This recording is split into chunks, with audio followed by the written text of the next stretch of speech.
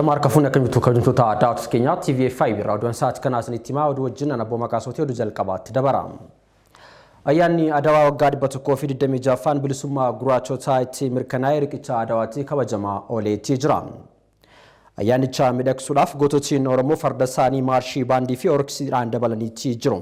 Sirnicha irrattis qondaaltonni mootummaa federaalaa fi naannoo dabalatee qaamoleen hawaasaa irratti argamaniitti jiru. Ayyaanni Adawaa gaafa kabajamu seenaa gootonni Oromoo fi fardi isaanii gaarran Adawaatti raawwatan dagachuun hin danda'amus jedhameetti jira. Isa kanaafis artiist Haacaaluu Hundeessaa seenaa hin dabarrees kan nama qabudha. Weelluu isaa gaafa gaarreen Adawaa gaafa Maqalee sana nuumiti fardi keenya ni beekuu jedhuraatii kaasee gootummaan Oromoo fi fardi isaanii galmeessan bakka dhokatee gadi baasee nama dhageessisaa turedha. Ayyaanni Adawaa bara kanaas ministeera aadaa fi ispoortii bulchiinsa mootummaa naannoo Oromiyaa fi Finfinneetiin kan qophaa'edha. Ayyaanni Adawaadhaa bakka mootummaan ajajetti kabajamuutii osootii malu faayidaa siyaasaatiif asii fi achi miirri jedhu sirrachuu mala jedhan pirezidaantiin Federaalaa Dimokiraatawaa Rippaabilika Itoophiyaadhaa Saalawarqii Zawudeedha. Injifannoon Adawaa fakkarsuu fi afaaniin osoo hin taane injifannoo kutannoo ilmaan sabaa fi saba lammiitiin mirkanaa'e ta'us pirezidaantiin Rippaabilika Dimokiraatawaa Federaalaa Itoophiyaadhaa ibsanii jiru. Dabalataanis pirezidaantii Saalawarqii akka jiranitti milkaa'inaa fi injifannoo Adawaa irratti galmaa'een wal dhaga'uu fi tokkummaadhaanis jiranii jiru. Tokkummaan yeroo sana ture ammas dagaagina Itoophiyaa akka mirkaneessuuf wal danda'uu wal dhaga'uu olaantummaa seeraa fi bitamuun murteessaa akka ta'ullee yaadachiisanii jiru. Sabaa fi saba lammiin Itoophiyaadhaa tokkummaa isaanii cimsuun eeggachuun Itoophiyaa walabummaa gurraachotaatiif fakkeenya taate dhaloota dhufuu dabarsuu akka qabanis dhaamanii jiru. Ayyaanni Adawaadhaa artistii fi qabsaa'aa Oromoodhaa artiist Haacaaluu Hundeessaa ni yaadachiisa jedhameetti jira. Ayyaanni Adawaa bilisummaa gurraachotaatti mirkanaa'eef qabsoo wareegamaa gootonni fi fardeen keenyaa nu yaadachiisa jedhan ministeerri deetaan aadaa fi ispoortiidhaan aadde Warqinesh Birruu. Itoophiyaanonni lubbuu isaaniif osoo hin waakkatin walabummaa biyya isaanii kabachiisuuf kiiloomeetira dheeraa imaluudhaan gaarreen Adawaa irratti diinaan walitti ba'uun gootummaa isaanii agarsiisaniirus jedhanitti jiru. Gootonni akka Gabaa'oo Gurmuu, Baalchaa Abbaa Nabsoo loltoota isaanii dura bu'uudhaan wirtuu Xaaliyaanii faana dha'uudhaan hurriisanis jiru jedhanitti jiru. Artistii fi qabsaa'aan Oromoodhaa artiist Haacaaluu Hundeessaa seenaa goototiin kun gaarreen Adawaa irratti raawwatan gadi baasuudhaan sagalee miidhagaadhaan dhageessisuun seenaan dabarrees kaa'ee darbeeras jedhanitti jiru. Ayyaanni Adawaa yeroo kabajamu artiist Haacaaluu Hundeessaa dagachuun hin danda'amu kan jedhan aadde Warqinesh nuti ijoolleen saafaa ijoolleen Gabaa'oo Gurmuudhaa waan taaneef ittiin boonuu qabnas jedhanitti jiru. Ayyaanichi kan Itoophiyaanotaa qofa osoo hin taane kan gurraachotaam addunyaa waan ta'eef gootni Abbaa Daalee, Abbaa Booraam, Abbaa Bulloom itti boonuu qabas jedhanitti jiru tajaajila oduu Itoophiyaatti gabaase. Horsiisee bultoonni godina Gujii hongee miidhamaniif baankiin hojii gamtaa Oromiyaadhaa deeggarsa adda addaa birrii miliyoona 3 bituu deeggarsa taasise. Baankiin hojii gamtaa Oromiyaadhaan horsiisee bultoota godina Gujii hongee miidhamaniif daakuu boqqolloo kuntaala 1,200, nyaata daa'immanii daakuu kuntaala 2,000, marga beelladoota hidhaam 8,000, zayitii nyaataa litira 10,000 walumaa galatti birrii miliyoona 3 oliin bituudhaan deeggarsa taasiseetii jira. Deeggarsa kana qabatanii kan geessan pirezidaantiin ittaanaan baankii hojii gamtaa Oromiyaadhaan obbo Gammadaa Mi'eessoo fi baankii hojii gamtaa Oromiyaatti Daayirektarii distriktii Hawaasaadhaan obbo Tasfaayee Nagaraati.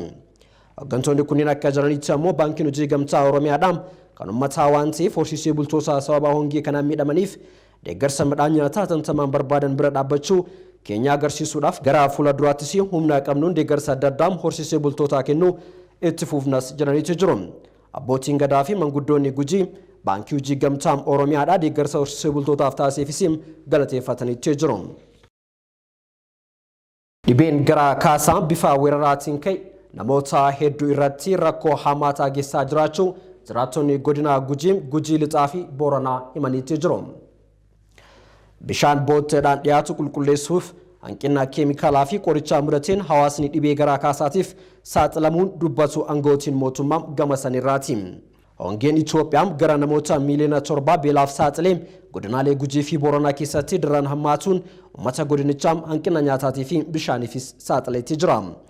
Hongee kana hordofee rakkoo gama fayyaatiin dhufu keessumaayyuu weerara fayyaa hawaasichaa rakkoo keessa galchuu akka hin mudanneef ministeerri fayyaa fi instituushinii fayyaa hawaasaa Itoophiyaadhaan waajjiraalee naannoo waliin ta'uudhaan qorannoo ariifachiisaa gaggeessuun deebii kennuu irratti hojjetaa jiraachuu ministeerri fayyaa gamasii ibsanitti jiru.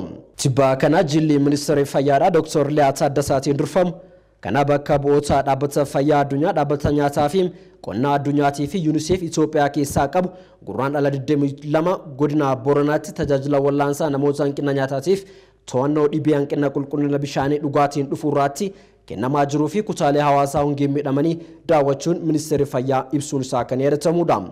Daawwannicha irrattis jilli dhimmicha deeggarsa ariifachiisaa fi itti fufinsa qabu irratti hooggantoota godinichaa waliin marii taasisuu meeshaalee wallaansaa dhukkuba tasaa wallaanuuf oolan meetirtoonii 31 ol ta'u dhaabbata fayyaa addunyaa irraa fuudhanii geessuun isaanii kan yaadatamudha. Addis Istaandardiitu gabaase.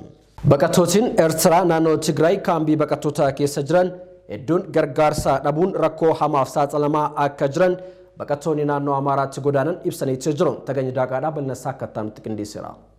Buqqaatonni Eertiraa naannoo Tigraay kaambii baqattootaa keessa jiran hedduun gargaarsa dhabuun rakkoo hamtuuf saaxilamanii akka jiranii baqattoonni naannoo Amaaraa ga'anii jiran himanii jiru. Baqattoonni kunneen fageenya dheeraa miilaan imaluun gara kaambii Daabaat jedhamu naannoo Amaaraa keessatti qophaa'etti godaanaa kan jiran yoo ta'u achittillee gargaarsa gahaa argachaa akka hin jirre himachaa jiru. Baqattoonni Eertiraa kunneen kaambiiwwan baqattoota naannoo Tigraay keessa jiru addi harishii fi maayi'aayinii jedhamu irraati kan baqatan akka ta'ellee himanii jiru. Baatilee lamaa fi gargaarsi nuuf hin kennamne guyyaatti al tokko qofa nyaanna ganama yookaan guyyaa yookaan immoo galgala jechuudhaanis komii qaban himachaa jiru. Guyyaa itti aanu laaqana yookaan irbaata qofa arganna yaalii fayyaas argachaa hin jirru. Haadholiin ulfaa asitti da'an ijoolleen isaanii talaallii waan hin arganneef kan jalaa du'an illee jiraachuu isaanii himanii jiru. Lammiileen Eertiraa 25,000 ta'anii kaampii adda harishii fi maayi'aayinii keessa jiru. Ammatti baqattoota 1,500 ta'antu Daabaat ga'ee jira. Garuu yeroo yeroon kallattii lamaan waan dhufaa jiranii fi lakkoofsi isaanii haalaan dabalaa jiraachuu akka maluudha himamaa kan jiru. Guyyoota 4 hanga 9 miila isaaniin imalanii kanneen achi ga'anis miilli isaanii haalaan madaa'e kan jiru ta'uudha himamaa kan jiru. Waraanni kaaba Itoophiyaa naannoo Tigraayitti eegaluu isaatiin dura baqattoonni Eertiraa 100,000tti siqan buufataalee naannoo Tigraay 4 keessa akka jiran himamaa ture.